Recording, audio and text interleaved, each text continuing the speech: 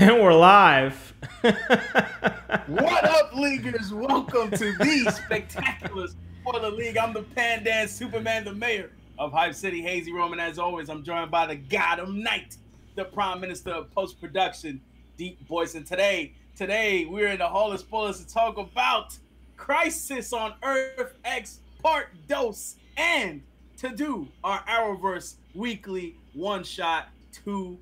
We're talking about all 4 parts of the Crisis on Earth X crossover. It's lit. What up to everybody in the live chat right now? What up to everybody watching this as a video? DeepBoyce, in the words of the youngins out there today, it's lit. It's lit.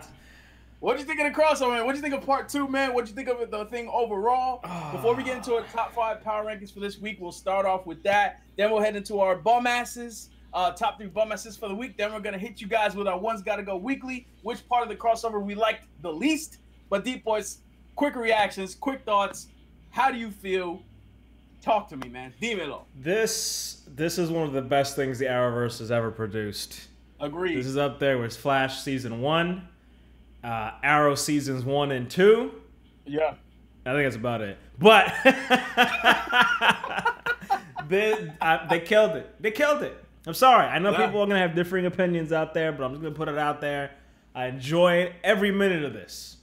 I mean, you know, obviously we're going to get into our bum asses, but that was a little tough because everybody was shining. Everybody was making it happen in this crossover. Right. It was, as a comic book fan, this is some like classic. This is as DC as content can possibly be.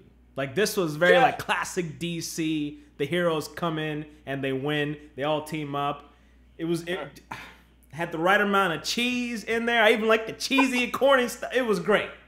It killed it. I mean, in terms of just loving like content, in terms of just loving DC, I mean, this is one of the best offerings that DC has ever put forth in live action ever. I'm talking about movies. I'm talking about TV. Like, you may sit here and be like, yo, like, I'm not going to sit here and compare Justice League and Crisis on Earth X, because I know people are going to ask that question. It's a little silly because if Crisis on Earth X was on the movie screen, people would be talking about the CG and things like that. But in terms of the emotion, in terms of the storylines, in terms of everything put together, when you mesh it together, everybody in the chat, everybody watching this in the video, you can't deny it was dope. Now, I see some people hating on the relationship stuff, particularly, you know, Felicity. And to me, I'm like, listen, guys, it's part of the DNA of these shows. All right. Like, I have not been a fan of, you know, Felicity and Oliver together, you know, throughout the worst parts of it, particularly like season 3. But at the end of the day, like, it doesn't outweigh what was so great about this. And to be honest with you, like, it didn't bug me the way it bugged some other people. But I will say this, man, just the amount of action. I mean, the final sequence, man, where you got Reverse Flash going up against Flash. See, I'm closing my eyes, man, because I'm dreaming, I'm vibing. I'm like, it's like I'm romancing right now. It was so hot, man. Like, Reverse Flash and Flash, Supergirl, Overgirl, did you Green see Albert, Dark Arrow. Did you see? Oh my goodness, I'm blanking on her name. Frickin' Caitlin Frost, Killer Frost. Yes, she was yes, Frozone, flying around with Vixen and Zuri. Yeah. They even gave. I mean, that little thing was dope. Everything was dope. My goodness, was dope. It was dope, man. It was dope, man. Like, it was really, really good in that respect. And to be honest with you, like, it had just a lot of exciting moments. And you know, when you look at like the singular offerings from on a week-to-week basis from each of these shows, you can't deny, if you've been a fan of the Arrowverse, you can't deny that this has been probably the best showing all 4 shows have put together. Like, it is the best crossover. Mind blowing. I mean, freaking Adam flying on the Mr. Terrific T-Sphere, like that's something I didn't even know I wanted to see. Like, when shows start, when things like this start providing things you didn't even know you wanted to see. Because I always sort of wanted to see, you know, the Atom flying on a green arrow, sort of like Hawkeye and Ant-Man. If you've seen Captain America: Civil War, if you've seen you know, Avengers: Earth Mightiest Heroes, like it's something that, you know, is sort of like a fanboy dream. But that T-Sphere and the Atom flying on that, first of all, Atom the Adder was more effective than he's ever been on Legends in any appearance. Like, he was putting in work. Everybody had some shine. And you know who else was effective? Who? Your boy Citizen Steel. That's right. For today's episode, I'm gonna call him Citizen Steel. He gets a break. But I guess we'll get into that. He gets a break today? Maybe. I don't know. We'll see. I don't. He gets a break from. I don't understand what that is. Okay. I don't understand what that means, DeepBoyce. No days off for the spectacular spoiler. He doesn't get any breaks, man. I'm sorry, man. He's lucky. I'm still deciding whether or not he's gonna be on my bum ass list. He's probably not gonna make it, but he will get an honorable mention. But that being said, DeepBoyce, we're heading over to our power rankings for this week. And if you're in the chat, the live chat right now, hit me with your power rankings, your top 5 characters for this week. DeepBoyce, hit me with number 5 for you this week. Number 5. Okay, I'm gonna have to explain this one. This isn't really one person. Okay. Number 5 are the new additions plus the comebacks, as I like to call them. So Red Tornado. Yeah, you're definitely gonna have to explain that to me, man. Red Tornado had a great comeback in this crossover. Yeah. Ray Palmer. He had a glow up. He had the best glow up game of all time. I mean, that was a great CGI thing they did with Red Tornado. This action sequence was baller. But Red Tornado coming back from whatever they did with him as Supergirl, a travesty.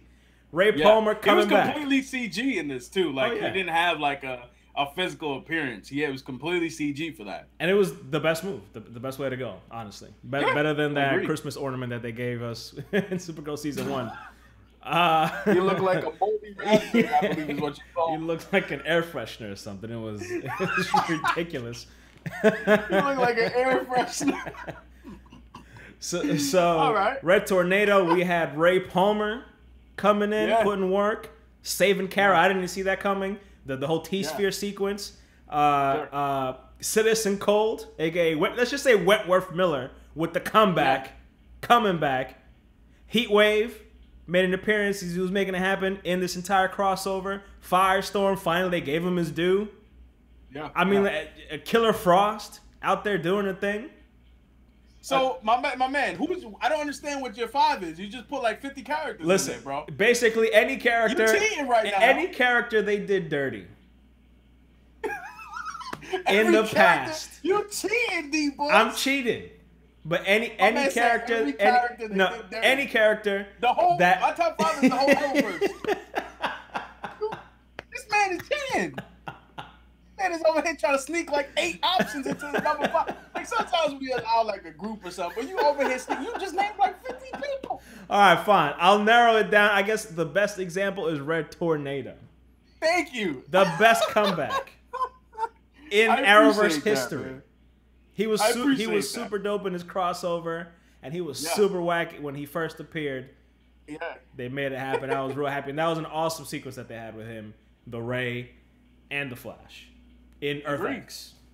Agree, man. I mean, that fight scene was pretty dope where they had that train sequence and everything like that. Also, the wind effect on Red Tornado looked pretty cool, too. I mean, once again, we're talking about a TV budget. I know people out there might be like, it didn't look that good. Well, it's a TV budget, man. You gotta throw him a bone in that respect. But it looked pretty good, man. Like, I liked it. I liked it a lot. But for me, number 5, everybody, the one and the only, the man who started the Arrowverse, the man we gotta thank for starting the Arrowverse, Oliver Queen, everybody. The Green Arrow, okay? My man promised his doppelganger he was gonna kill him. And what did he do? He put an arrow right in his chest, okay? I mean, all around, he pretty much had a pretty damn good showing. Oliver Queen, I think, was pretty solid. We're going to talk about his doppelganger a little bit later. But, I mean, Oliver Queen, to me, solid number 5. Getting his vengeance on his doppelganger, putting in that work. I mean, I think that it was just a very good way of having some comeuppance for him. And I just love the fact that he wasn't, like, this is not the Oliver who's like, oh, man, I don't know, should I be killing anymore? He was like, yo, this is a Nazi. We killing him. It's over. He came in my planet to invade. He declared war on my Earth. He's dying. Put in that work. Oliver Queen, number 5. DeepBoyce. Yes. Number 4. Here's my number 4 in my power ranking is another abstract concept that includes a number of characters, but this is a little bit more concise. DeepBoyce is out here cheating everybody. I'm cheating. Bending the rules. See, people in the live stream, they're naming one person. Mallory Newman, she said Caitlyn. You see that? That one person, sir. Bending the rules. We out here bending the rules. We transmuting this power rankings right now like Firestorm. Number 4 on my list is All the Love. All the love. All the love? All the love in the crossover. It was all the characters hooking up, all the characters finding each other once again. Barry and Iris tying the knot, and Felicity and Oliver tying the knot. Surprise Diggle appearance. All the love, man. They did the love. All the love. Phenomenally. It was corny at points, but listen. Yeah. I was here for it. I was here for it. My man DeepBoyce has a million characters to choose from, and my mind goes with All the Love. Like, I'm having like a system malfunction right here, man. I'm shutting down. My man said All the Love. It's my man, it's like are we on PBS? What are you doing right now? Man said, All the Love, everybody? Are you serious? Am I the only one who's come on? All the love. All the love. Fine. I guess to pick one character or two characters that symbolize this. To pick a couple. I'm gonna go with Barry and Iris. Okay. Thank you. We're coming full circle here. But I want to give a shout out to everyone falling in love, hooking up, making it happen. With respect to your All the Love original statement, I mean, we had the Ray and Captain Cold, or Citizen Cold, I should say. Mm-hmm. I mean, just them showing that relationship. I gotta be honest, like I was in for that. You know what I'm saying? Like, it was one of those things where I felt that they had known each other for a long time. But I'm gonna get into that a little bit later. I don't want to get too much into that relationship. Mm-hmm. The relationship between Barry and Iris West. I mean, beautiful stuff right there. Felicity, I didn't necessarily like the way Felicity was like, "Can we marry?" Like I just was like, yo. I was like, wait, honestly, wait for your moment. Yeah, I thought she was gonna ruin it. I didn't know she was gonna do that, but I was like, oh no, somebody's shooting an arrow through her heart. But yeah, I'm okay with them getting married. Like I'm actually just like, and at this point, I'm just like, listen, just get the marriage over with so that their relationship isn't at the crux of every problem. You understand what I'm saying? Yes. Like, just let them do what they need to do. Don't let it be the crux of the problem, because that's what got people, antagonistic towards Felicity in the first place, and to a lesser extent Felicity, because I feel like Felicity kind of caught the negativity from that relationship, I just feel like, I'm happy for the couple, but just don't make it the centerpiece of everything going forward. It doesn't need to be the centerpiece. It's fine. It's fine for them to be married. I'm okay with it, but don't make it the centerpiece. But me, number 4, okay, I'm showing all the love to someone I never thought would be in my top 5. All the love, Hazy? All the love. I'm talking about Caitlyn Killer Frost, man. Putting in work. I mean, that, as you said, that Frozone scene to me was just, that blew my mind, man. Like, I was like, that was how she's traveling with Vixen and Zari over to the Nazi Wave Rider. I was like, damn, Caitlyn Frost putting in that work. A-okay for me. I was like, throughout the whole crisis on Earth X, I mean, she wasn't necessarily like a spotlight character, but I like that in all the action scenes she held her own. It didn't look like, she didn't look silly, didn't make her look, didn't make her look incompetent. Like sometimes, Killer Frost, it kind of make her a little bit corny, and I thought this was just the right showing she needed. Also, the fact that she was going up against Nazis allowed her to whip some ass, like, she wants to whoop some ass. You know what I mean? Yeah. Also, Caitlyn, low-key keeping Killer Frost on lock and not having her bug out and be, too crazy. They were swapping in between each other. It was cool, man. So that's my number 4, DeepBoyce. But number 3, who you got? Number 3. Yeah. Is actually a singular character this time. Okay. Wow. DeepBoyce is capable of picking one character. My man is like, yo, I'd like to put the whole DC Comics roster at number 4. Come on, man. Listen. We're breaking boundaries. We're creating new concepts here, Hazy. It's a monumental occasion. But number 3, you're definitely breaking some concepts here. Number 3, you're breaking my mind with this stuff. Number 3 in my power rankings is Sarah Lance. Nice. She deserves to be on there. Sarah Lance. I mean, listen, she's usually the best part of Legends of Tomorrow. and she was absolutely just holding it down. Awesome action sequences. She's also my number 3, by the way. Okay, no doubt. And she was a good, I guess, foil for Oliver in this. You know, usually the two top heroes in this whole Arrowverse are Green Arrow and the Flash, but in this one it really seemed like the two level-headed individuals really planning things and going ahead and you know, taking action and being successful and whooping ass were both Green Arrow and Sarah Lance. She was fantastic, honestly. Shout outs to Katie Lotz. Yes. Because Katie Lotz, a lot of times when these Arrowverse, and James Bamford also, who's the stunt coordinator for, I'm not sure if he's the stunt coordinator for all the Arrowverse shows, but I know he's the stunt coordinator for Arrow. And I'm pretty sure he's a stunt coordinator for Legends. But I know he holds it down big on the stunt coordination side of things. But Katie Lotz, the actress who plays Sarah Lance, I mean, she is believable in her physicality. Yes. Because there are definitely scenes where you see, it's not like, you know, those cutaways where a stunt double comes in, does the action, and then, you know, the actor comes back in. Like, you see her face when she's doing these action scenes. Yes. And I was like, damn, Katie Lotz is sort of a beast. I mean, she's always posting videos on social media between her Instagram or Twitter. She's always showing, like, training videos. I'm like, damn, like, Katie Lotz is really, like, she's a gem in the Arrowverse. Like, Sarah Lance is a gem in the Arrowverse. Yeah. And to think that, like, we were almost without her for a little bit of time, you know, after she was first introduced. And she got killed. She got killed, like, I don't even know how many times. I mean, technically, she died twice, I guess. But, you know, I think Sarah Lance also, like, low-key providing, you know, Alex with some sound advice for her situation with Maggie. And, you know, sort of helping that character take the first steps to moving on the emotional trauma that she's gone through from breaking off against, you know, the woman that she was going to marry, the woman that she loved. And she's, you know what I mean, or loves. I think she still loves her, you know? And I think she's rather versatile in terms of not just being there just to be a leader or kicking ass, but she provides some comedic humor. Like, I mean, comedic timing with some humor. I think she's actually funny with a few lines here and there, you know, with her dry, kind of sarcastic wit and some of her lines. And low-key, she's got a very interesting, I guess, story arc among all those shows that she's been in, and where now she's like really filling in as a leader of the Legends. Right. I mean, you could argue that she's had one of the most redemptive arcs in the whole Arrowverse, to be honest with you. You know, just from, you know, her sort of being like this carefree chick who's hooking up with her sister's boyfriend to someone who has a responsibility and feels an obligation to be a hero. And I think that, you know, I see a lot of people in the chat agreeing with this.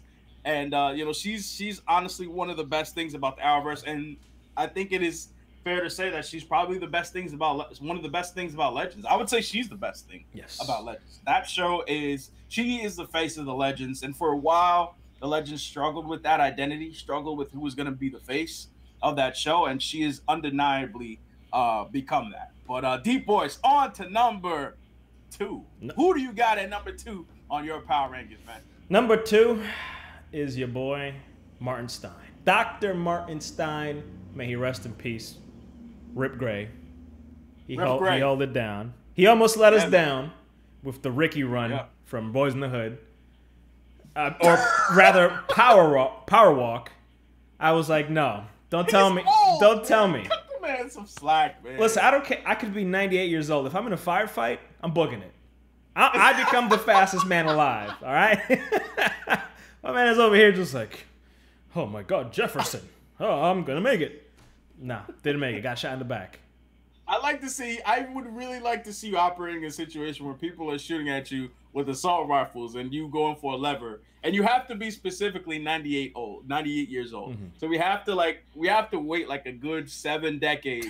And I need to see you do this at 98. I promise I will live that long just to see you do that, man. Stein was doing the best he could. He was like, he was going, man. He was doing his best, man. You know what I'm saying? He had his polydent in tight, make sure his teeth don't fall off. He was trying his best, man. Don't you do that to Stein. Don't you do that on his deathbed, man. But no, I mean, he's on the list because he literally took one for the team. And yesterday when we had the brief talk, or not the brief talk, it was an hour-long talk about the first part, we talked about how this crossover probably needs something big to happen to give it like some consequence, to give it some weight. To give it some weight. And we specifically said, what if like Martin Stein dies? And we didn't really think that was going to happen. I mean, we kind of ended the conversation thinking, they're probably not going to do that. He's probably going to be in a few more episodes. You thought it more than I did. Yeah. Well, I didn't want it to happen, but you thought so. You were pretty strong about it, if I'm not mistaken. I feel like you were pretty strong about it. Yeah, I was. It was a good call. It was a good call. I mean, Victor Garber, you know, but yeah. Victor Garber stepping off the show. We all know that. You know, we spoke about that yesterday. He's leaving the show. And I think that while I would have loved for him to have a happy ending, you know, with his grandson and his new daughter, I think the emotional impact of having him, having him die, having him sacrifice himself, and not even just sacrifice himself, but go out as a hero. It means a lot for Jax's story arc, who's sort of a question mark right now. It leaves, the legends in mourning. I mean, I don't know about you, but it seemed like Ray Palmer was hit pretty hard by him dying. I mean, Ray was shedding mad tears. He had no jokes. You know what I mean? Yeah, he had. I mean, he was shedding tears, man. He was straight up shedding tears. And I mean, in the storyline of the Arrowverse, Ray looked up to Martin Stein before he even knew him. Yeah. So I think that sort of hit him hard, and I think Stein's death really was impactful for the team. And I think, given the scale of this crossover, it did need that. It did need that death. You know what I mean? It had romance, it had action, it had, stakes. And I think that, having him sort of be that emotional punch, that gut punch, I think was necessary. And, Rip Gray, man. But my number 2 DeepBoyce is the one and only Eobard Thawne from Earth 1, man. I mean, Tom Cavanaugh is just so damn devious as Eobard Thawne, man. Like, he's just so... There's something about him that just makes him seem so malicious. And I just love it, man. Whenever he's on screen, whenever he's just threatening to kill somebody, like, it just warms me up inside, man. Seeing him go one-on-one with the Great One Flash, in that end sequence for part 2 was just phenomenal. I mean, them just running down the street, running up buildings, jumping off the buildings to punch each other. I was like, damn, there's nothing like seeing a fight between the Flash and Reverse Flash, man. And, just him doing the vibrating hand thing as a threat to damn near everybody. I was like, he just showed so much like villainy. And I think that I'm going to talk about this later, but I think that the Earth X side really needed that. I mean, I feel like while they had doppelgangers, on the Nazi side, sort of representing, hard body, with Oliver Queen on their side, with Overgirl on their side. I mean, with Detective Lance being on their side as well. I feel like they needed sort of someone who could bring that visceral villainy. You know what I mean? Yeah. And, for lack of a better way to say it, once again, I'm going to talk about this later, but I don't feel like Earth X fully brought that. At least the members who were the face of that Earth X assault squad. You know what I'm saying? But Reverse Flash at number 2 for me, man. Absolutely. Who's your number 1? The number 1, DeepBoyce. My number 1. Who's got all the power? My number 1 is a bit of a safe bet, and you kind of already mentioned him. It's actually Oliver Queen. Oh, okay. Oliver Queen. I mean, he kind of flubbed it up with him trying to have a kamikaze proposal in that first episode. But other than that, I thought, honestly, this is a continuation of him being great from last season. To this season, this crossover. I mean, obviously, his action, his choreography is typically a step above most of the other characters when it comes to the action sequences. And like you said, when you picked them in your earlier pick, I think it was number 3. Yeah, number 5. Number 5. Yeah. He took out Dark Arrow. He said, "I'm going to take you out. I'm going to kill you." Yeah, and he did it. And he killed him. Man. Like, that was it. It's over. That was it. That was over, man. That was actually one of the biggest surprises for me. I did not expect that at all. Yeah, I mean, and one of the things that was cool about that is that the Dark Arrow was like sort of calling him weak, if you remember, early on in the crossover, saying that his emotion made him weak. And then when Overgirl supernovaed and died, and you saw Dark Arrow, the one showing weakness, Oliver's like, yo, who's weak now? He's like, yo, I'm going to kill you. He's like, no, you're not. Bam. shot him in the chest. Didn't say nothing. Didn't have any corny one-liners. Didn't rub it in his face. He just shot him. Just like, and I said, it's like, yo, I don't need to tell you I told you so because I already knew it was gonna happen. So that's it. That's that. Case closed, man. Yeah. That's a good pick for number one, man. I think Oliver Queen was solid. Also, him sort of still being that. I guess you could see it more in season 6, where he's sort of like this character who's been through the dark times, and now he's kind of mentoring other people. I mean, you saw him kind of speaking to Sarah Lance after Stein died, and she was kind of trying to act tough about it. You know what I mean? He was like, "Yo, like, real talk, like, are you okay? It's okay to feel right now." And I was like, this is the Oliver Queen that we needed to see for a long time. We had 5 seasons of him being broody, of him being remorseful, and now it's good to see him sort of mature and sort of be this hero who can possibly be a mentor to the other heroes. Honestly, it reminds me a lot of the Injustice version of Green Arrow. Like, if you read the Injustice comics, Injustice 1, Injustice 2. I know you've been talking a lot about how you love it, man. Those comics that comic is fantastic. It's still fantastic. I recommend anyone to check it out. I gotta check it, man. I gotta start reading it. Yeah, it's great, and you don't really have to kind of play the games. You won't exactly miss out on what's going on. But obviously that one, the one in the comics, still a little bit more jokes here and there. But this one has that levity, but isn't afraid to kind of put a period and finalize problems when they need to be finalized. And this guy needed to go. And we'll get into villains and people letting people go later on. Sure. But I'll leave it at that. My number one is Oliver Queen, the elder statesman of Arrowverse, holding it down. I see Dr. Strangelove in the chat asking why the CW doesn't like the Black Canary and Oliver Queen relationship. He wants Black Canary to be Oliver. To be honest with you, I've always been a proponent of showing the Black Canary Green Arrow relationship on screen. Like, to me, Green Arrow and Black Canary, like, they're as important to each other as Clark Kent and Lois Lane, as Batman and Catwoman. But the way the show has evolved over time, just organically speaking, it just hasn't catered to that. And 6 seasons in, I will still do a one's gotta go episode and vouch for Black Canary to be a Green Arrow. I'll do it every time. But in terms of the DNA of the show, it just hasn't evolved that way. Mm-hmm. Laurel Lance was somewhat of a disappointment for, I think, the show. I think Laurel Lance never turned out to be the character that they wanted to be on the show. I think people just sort of, I feel like the way she was written, people didn't really relate to her. Yeah. I felt like she was really back and forth with her character. And, Felicity was likable from the jump. And she sort of had that, the girl who wasn't noticed by the guy who she didn't think stood a chance. She stood a chance, of how being with. And they came they worked together and they became close with each other. And I think that relationship, it just happened that way. You know what I mean? I don't think the writers planned for that initially. I mean, Katie Cassidy was the female lead for Arrow. Felicity's actress, Emily Beck Richards, she wasn't even a main character when the show started. She was listed as a guest star.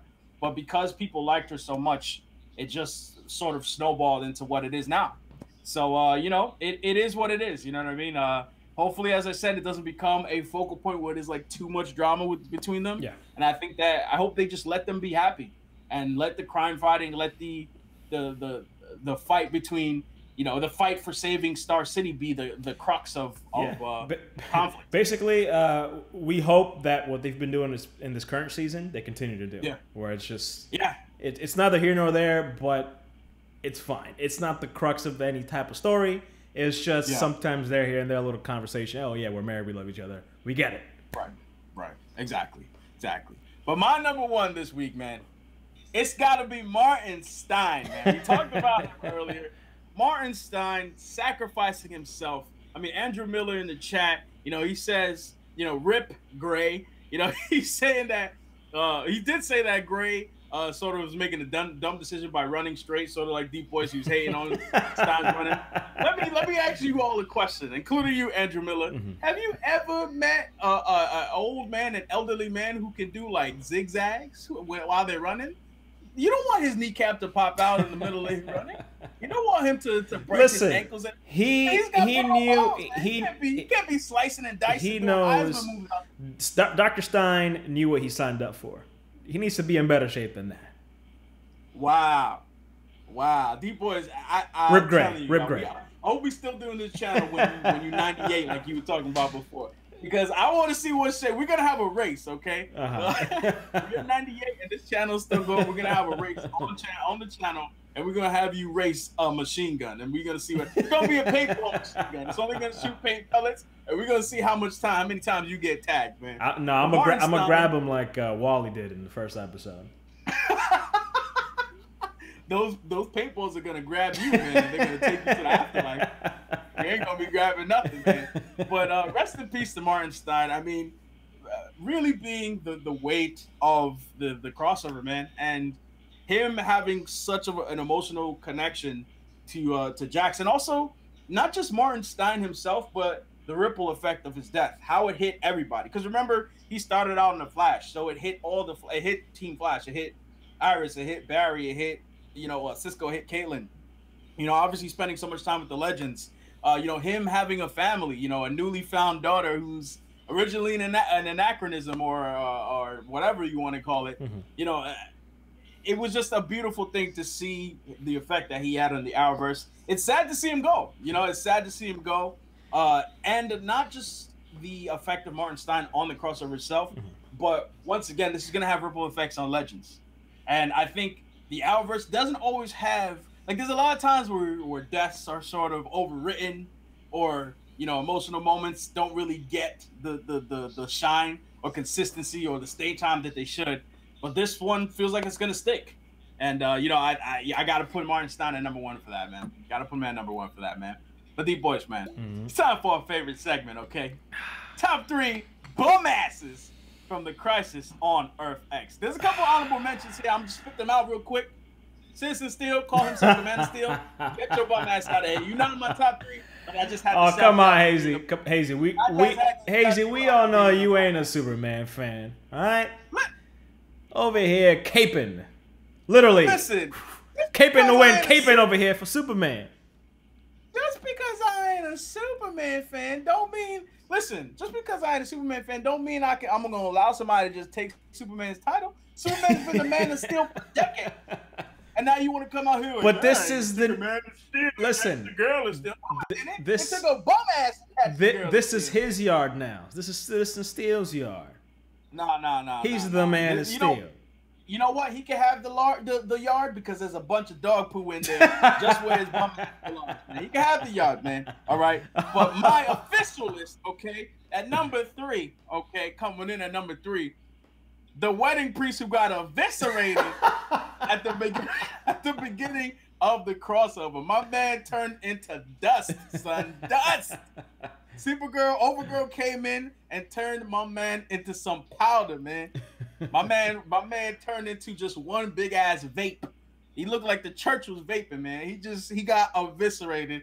And I was like, damn, nobody shed a tear for this priest. No one gave a Nobody damn. Turned around like, damn, what happened to that priest? He's a man of God. He's with God right now. What did he do to deserve this? I won't lie. I was cracking up, though. My man said, poof, my man turned into a genie or something. It looked like he went back into his magic lamp. It was really, really bad, bro. But who's your #3, man? My #3, we talked about it yesterday, but my #3 is Guardian. Wow, why you hating on Guardian, man? He got that dope American flag suit. I like the new look. But it speaks volumes that he came in and got scooped up in like 2 seconds. And he was talking big and bad too. He was like, "I'm gonna end you right now." Now I was like, "Man, who you fooling with right now? Who you kidding?" Dang, man, he got. Your man Dark Arrow came in and took his lunch money, son. It was a perfect way to establish the Dark Arrow as a threat, though. But damn, I mean, to call him a bum ass for that, is that his fault, though? I mean, that's probably the best showing Jimmy Olsen has had in a long time, dogs. It's just I would have preferred maybe an Earth X version of Wally instead of them just throwing in Guardian. You know, that would have been interesting. That actually would have made him seem like more of a threat if he went up against a speedster and just whipped that ass. That's, you know what? I'm sort of with you on that one, man. I'm sort of with you on that. I mean, somebody in the chat right now, DB20193, I'm going to call you out right now. He said we needed Cyborg Superman in this crossover. Let me look. I look into my eyes, man. Nobody needs Cyborg Superman. Wait a second. Not even the actor who plays Cyborg Superman wants to play Cyborg Superman. Wait a second. Now, since Gray is out of the picture, what if we bring in Wells the Gray?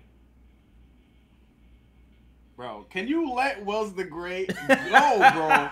Let it go, man. Not until... Go watch Frozen, bro. Let it go. Let it go. I don't know. Let it go. Let it go, man.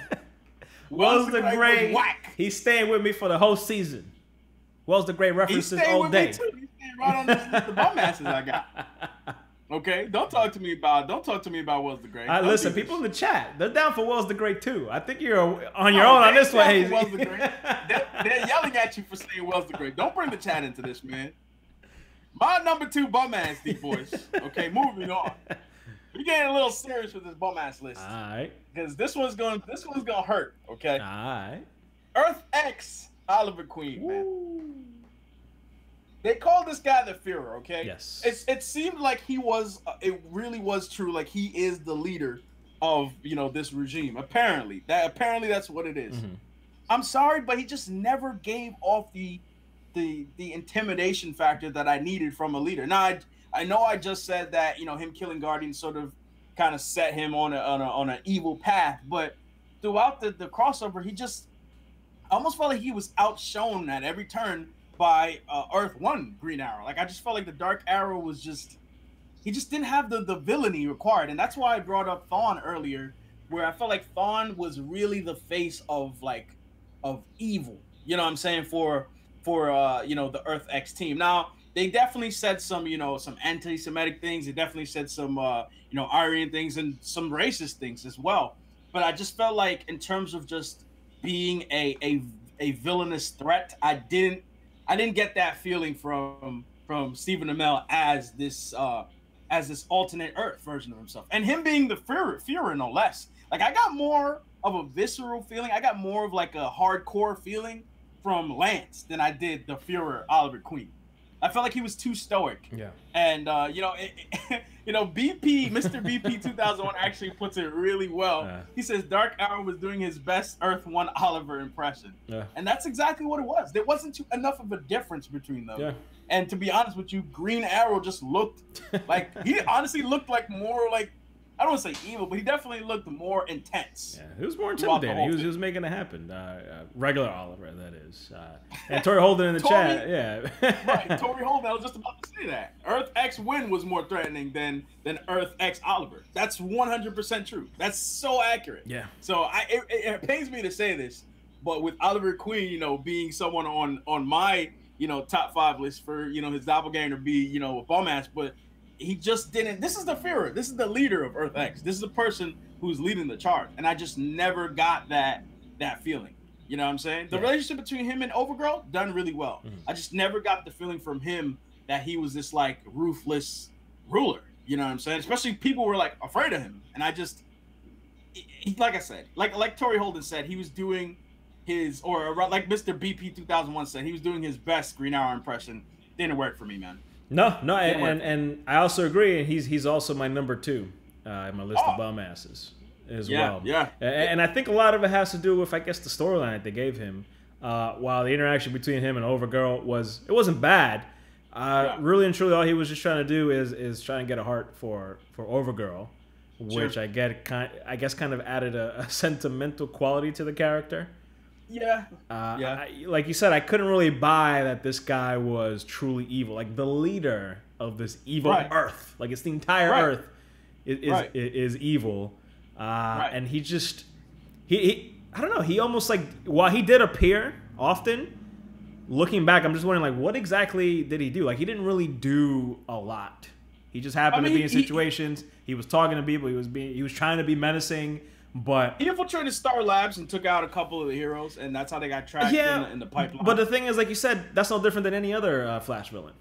Everybody walks into Starlight. Everybody gets into Starlight. That's a good point. You know, like you mentioned Eobard Thawne, and one scene in particular that stands out to me wasn't even when he was being Reverse Flash fighting around, is when he's gonna cut open Supergirl, and he was just kind of savoring that.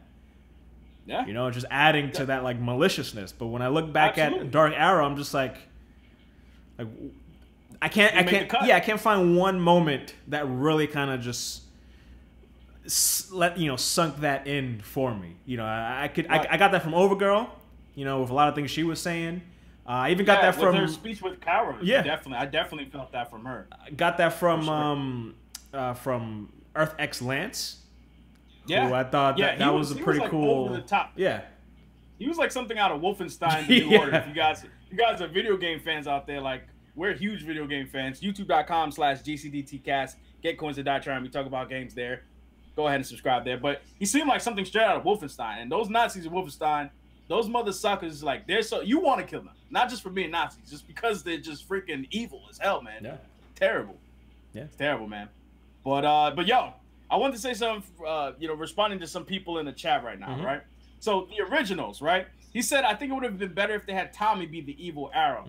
Listen, Tommy, you know, the actor Colin Donnell, he has an obligation with Chicago Med, the show he's currently on. Actually, on Stephen Amell's Twitter, he actually said that Colin Donnell actually flew out from the Chicago Med set, flew out to Vancouver to shoot the crossover scenes that he did shoot, and then flew right back to go back to work, you know, as a favor to Stephen Amell. So it just wasn't feasible for him to do that. But I will say, in the moments that Tommy was at, Prometheus during the crossover, easily showed way more intimidation. He easily showed way more of that villainy that we needed than Oliver, Earth X Oliver did the whole crossover, in my opinion. Yeah, like those moments with Tommy to me were way more poignant than Oliver's, to be honest with you. Totally agree. And honestly, kind of Dark Arrow got sunned in almost every encounter that he was in. I mean, Oliver bested him at every corner, with the exception of when they actually kind of just beat the team in the middle and then kind of split them up. Yeah. But other than that, Dark Arrow didn't really put the hurt on anybody in particular. I mean, listen, I think I don't want to say he didn't put the hurt on anybody, just because I think physically he did win some battles. Yeah. It's just I never got to see, like with Tom Cavanaugh, with Overgirl. There were moments where it was just their bare face in somebody else's face, just showing how deeply evil they truly were. You know what I mean? And I just felt like there were scenes where he was trying to be evil, but I just never got the intimidation factor. Once again, he's the Führer. He's the leader. Yeah. This is the man who he's, giving orders to Reverse Flash, giving orders to Overgirl, two of the most powerful people in the Arrowverse, people. Like, he needs to show a little bit more than that. Aaron in the chat, you're very right. Reverse Flash would have been way better as the Führer than him. You know what I'm saying? I honestly believe that. But DeepBoyce, man. Yeah, and honestly, I mean, I don't want to cut you off, but in terms of Reverse Flash being the Führer, I mean, that kind of he was responsible for creating Earth X, because he went back in time and helped the Nazis out. And I'm just kind of thinking, well, why didn't he just look at that as an opportunity to just take over? Yeah, I'm not sure. And also, like, with Thawne, like, I don't Thawne is evil, but I don't peg Thawne as a Nazi per se. True. I was waiting for there to be a situation where Thawne was like, yo, I'm just working with them because I need X, Y, and Z. And I never got that. So I liked Reverse Flash, but, he was on my power rankings, But I should say that it was a little odd that he was just like, yeah, I'm working with Nazis. Cool. It's fine by me. Yeah. And mind you, he didn't actually take on, I mean, the original Eobard Thawne is actually like Aryan. He has blue eyes, blonde hair. It's funny that he kind of like switches appearance. But all that aside, I mean, he would have been a better Führer still, nonetheless. But DeepBoyce, my number one bomb ass for this week. And once again, it pains me to say this. Pains me, guys. We talked about Firestorm.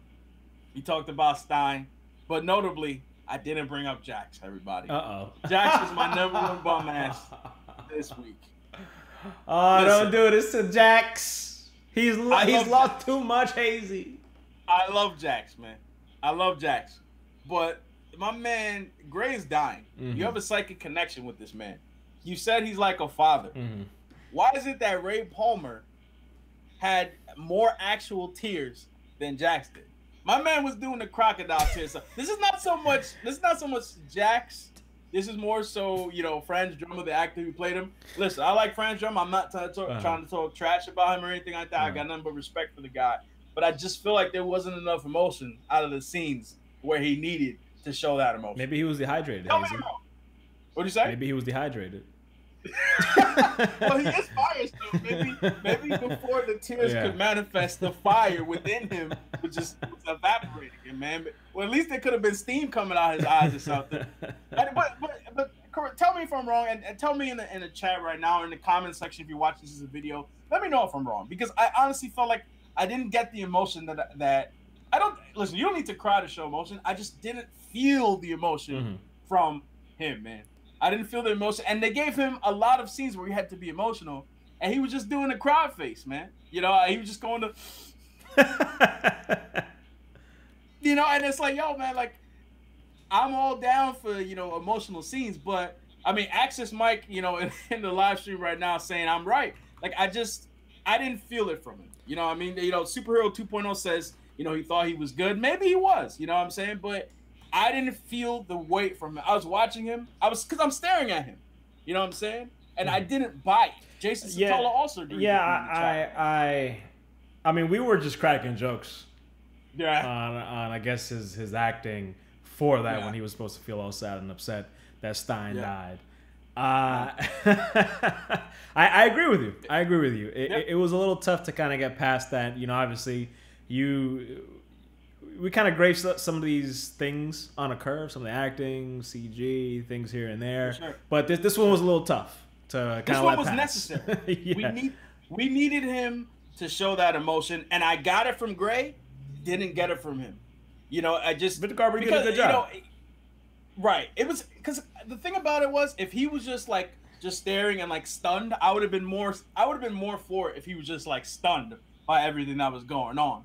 Or if he just sank down and just was like, you know, hands in his head type of stuff. Yeah. But the fact that he was doing like no, don't go, like he was trying, but nothing was coming. I was like, yo, you couldn't have pulled my man to the side and just squeezed some eye drops in his eye.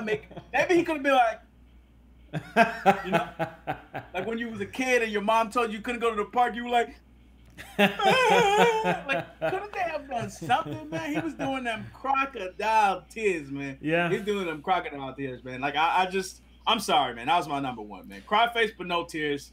That's what it was about. What it was about for me, man. I mean, I agree with you. Like you said, Ray Palmer looked way more devastated. Right.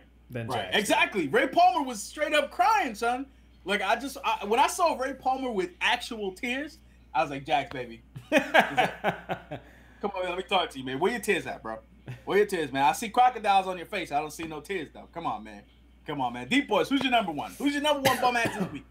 My number one, and this one also kind of pains me to put number one on the bum ass list for this crossover, because overall I thought he was good, but the way the crossover ended, what he did, it's just unforgivable. I can't let it pass. It was the one whatever hair I have left, I was kind of ripping out of my head, and I just could not understand how we're gonna let this slide. And that's Barry Allen. He let he didn't have to kill the Reverse Flash. No, he didn't. But Star Labs has a meta-human prison. You had the whole team, the whole squad. You beat them by yourself. You beat them by yourself. You had the rest of the squad. You guys could have held them down. Something. Put them in prison. What are you doing? Yeah, that was really bad. That was really, really bad. Wow. There's no... I'm confused. I can't argue with you, right? I'm so confused as to why he let that happen. He should have been on my list for that. I mean, honestly, Reverse Flash looked at him. He's like, "You ain't doing nothing. You ain't doing nothing." And Barry was like, "Yeah." He punked him. He was like, "Oh, that you don't believe in killing, do you?" He's like, "I'm gonna go get some lunch. You want to get some brunch, Barry?" My man let him walk away. He was like, "Get out of here." I mean, honestly, listen, this guy. He could have ran. Reverse Flash can go murder somebody. Exactly. That's on you, Barry. He could have gone and killed Joe West and Cecile and Wally. Bro, this guy. Listen, man. Now, keep in mind, okay, on the other side of this matchup, okay, Oliver Queen straight up put an arrow through his guy. He was like, yo, you came to my Earth, you came to put in work. Yeah. You didn't kill my mother, but you came to my Earth and you did some work. This man killed your mother, Barry. He's over here responsible. Like, think of how many people must have died because of what the Nazis did on Earth X. I'm not saying you got to kill the guy, Barry, but at least give the man some due process. Come on, man. Like, you got to do something, man. This guy, or at least, like, throw him into the Speed Force or something, or, I don't know, summon send him to, like, Gorilla time rape. Send him like, to Gorilla City. Your remnants in and bring a time rape to get this guy. I mean, come on, dude. He should have been on my list. Like, that is the number one bum ass. That's the Spectacular Spoiler League bum ass of the year for that. I washed my hands with Barry Allen for that one. What is you do? Juliana Wallace said, like, bro, what are you doing? That's exactly what I'm saying. What is you doing, baby? Yo, Barry, son. you got a wife now. You got to protect your wife. This guy lives to make your life a living hell. He made a whole planet a living hell. Damn. I'm more passionate about this than you. I'm telling you. I told you thinking about that. I'm pulling a Jax right now. I'm shooketh right now. I'm so shook, man. It's ridiculous. And he's saying, "Oh, I'm gonna change my face too." So he may not even recognize it next time. He said, "Yo, I'm gonna change my face, bro." He's like, I'm gonna change my face. You're not even gonna recognize me. You're gonna go to Jitters, CC Jitters. You're gonna order a McFlash with a McFlash, McFlash shake on the side. And yo, I'm gonna just reach through the counter to give you your change. I'm gonna reach into the counter, give you your change, and I'm gonna put my hand through your chest. Put my hand through your chest when I give you your change back. Like, are you kidding me, bro? This is the Reverse Flash we're talking about, man. My man out here, like Mr. BP 2001 said, he's over here playing hide and seek with Dawn. This man killed your mother. Come on, Barry. Yeah, he's like, get out of here. That's what he said. Get out of here. Had enough of you. Scram. Had enough of you, bully. Scram. Had enough of you, bully. Scram. Don't take those. I don't want to see you picking on those kids again. Don't take their lunch money again. I mean, how many people sacrificed their life to try and stop this guy? Eddie Thawne, so many people from Earth X.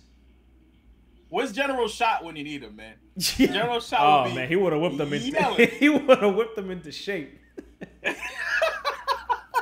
he would have launched. He's like, if I catch you helping out any Nazis again, I'm coming after you. I'm coming after you, Reverse Flash. Come on, son. Barry has made a lot of mistakes over his 4-season Flash run, but that one was pretty big. That was like Flashpoint level, like silly. Agreed, man. Agreed. But anyway, DeepBoyce, moving on from that, man. It's time for One's Gotta Go Weekly, everybody. We are going to eliminate one part or one show from this crossover, from this week of Arrowverse shows, which is the show, which is the episode, which is the part that's gotta go. Okay, it's been a fantastic crossover. This might be one of the most, this is probably the hardest One's Gotta Go we've done throughout the whole season. Yeah. Thus far. DeepBoyce, what is your one that's gotta go? If you're in the chat, if you're in the comment section, what is your one that's gotta go? Which episode of the crossover this week is the one that's gotta go for you? Which is the one that's gotta stay? Talk to me. The one that's gotta go for me is episode 2, part 1. The Arrow episode of this crossover. It wasn't bad by any means, but we kind of noticed something was off. It was just a little bit more lax. It just didn't have the impact. I mean, the Supergirl episode had a very strong start. The Flash episode was very menacing. There was a lot of tension there. That's when things were going really wrong. And then obviously the Legends of Tomorrow episode just blew the lid off the whole thing with just one of the best action sequences in Arrowverse history. Maybe the best. But honestly, the Arrow episode was probably the most forgettable one. I'm really trying to think back as to what in particular happened there. And I think they spent a lot of time just kind of at Star Labs talking, or almost half the episode. It's tough because they did have a good fight scene with Firestorm, Supergirl. Green Arrow, White Canary, Alex Danvers. Metallo showed up in that fight. It was a good. They had good fight scenes. I don't know what it was in particular. I want to say that it was the team interaction. There was something about the banter in part one, the interaction between the team that I think sort of brought out sort of the comic book aspect of it. But you could argue that you're not supposed to look at any of these episodes in a vacuum. You know what I mean? Like, that's kind of the tough part, because at the end of the day, the Arrow, part of it was meant to. It's functional. Yeah, it's meant to bring the story along. It was a movie. Yeah, so it's like, and you bring that up, and I think when we look at like what function did that serve, the Arrow episode, it wasn't necessarily exposition, but it was the part of the story where the heroes are like, okay, we got to figure out what's going on. So it's when they don't give you the I guess the main mission of the bad guys. Yeah. But you're basically seeing the thought process of the heroes as they're trying to either formulate a plan or figure out what it is that the bad guys are up to. And like almost, if you look at the formula of a lot of these Arrowverse episodes, particularly Flash, it's usually in the middle of the episode where they're in Star Lab, the camera's panning, and they come up with the name of the hero. They come up like, this is the powers, and we got to do something like different. You got to think of something different to fight this villain. That's usually like in the middle of the episode. So I guess it kind of fits if you look at this as one big episode. That's 4 hours. Yeah. That's probably that part. But it's not. Action scenes were great. Oh yeah, they were. Action scenes were probably some of my favorite for the whole crossover. It was the one where they were great. It was the one where they were at the construction yard, right? Yeah. So the one they were at the construction yard, and also I think the scene where they were all flying away to attack one of the facilities where the Nazis were at, and you had like Firestorm fly out, Supergirl fly out, and then you had like Green Arrow like launch the arrow and like jump. I was like, yo, that's the best Green Arrow look. Like visually, it was pleasing. It's just something about it sort of lagged a little bit. It lagged a little bit. I don't know why. Like we were on social media live tweeting at Hall of Spoilers. If you're on Twitter, follow us at Hall of Spoilers. Let us know that you're following the Spectacular Spoiler, that you're on the YouTube channel if you can follow us. But we were over there live tweeting, and it definitely was like sort of a dead zone on the live tweeting scene where we were just sort of like not, very popping. Jason Sotelo in the chat, he was like, well, Arrow had the kryptonite arrow. He argues that was the best part. Once again, though, we never got an explanation about where that kryptonite arrow came from. Yeah. So, like, that was hot. That was cool. But I was also kind of like, that was like a Batman moment for Green Arrow. But I was also kind of like, where did that come from? Like, he pulled that out of his ass, like, literally. You know what I mean? The one that's got to stay for me, though. The one that's got to stay. That was my one that's got to go to. Mm-hmm. The one that's got to stay for me, I'm going to go with part 4, man. Like, listen, I know I just said something about, the action-heavy stuff, in the Arrow episode. But the Legends of Tomorrow episode, okay, part 4 of the crossover, my goodness, my man. The scenes, the fight, like I said earlier in the stream, the fight scenes were ridiculous, bro. Like, it was insane. Like, it was awesome, man. Everybody just teaming up.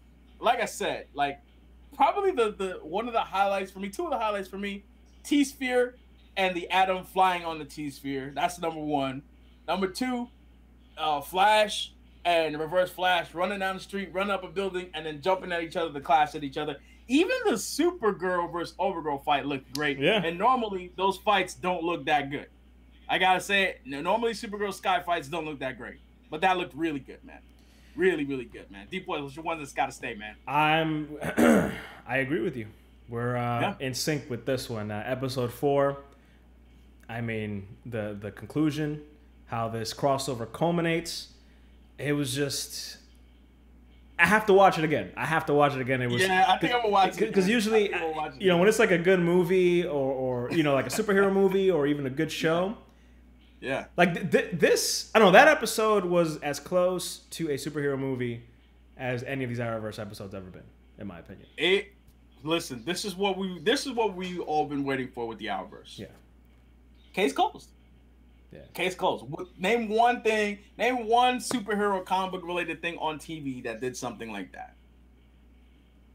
I struggle to name. I'm blanking. I'm struggling to name one, man. I mean, maybe the closest thing was Agents of S.H.I.E.L.D. when they did the little crossover with Winter Soldier.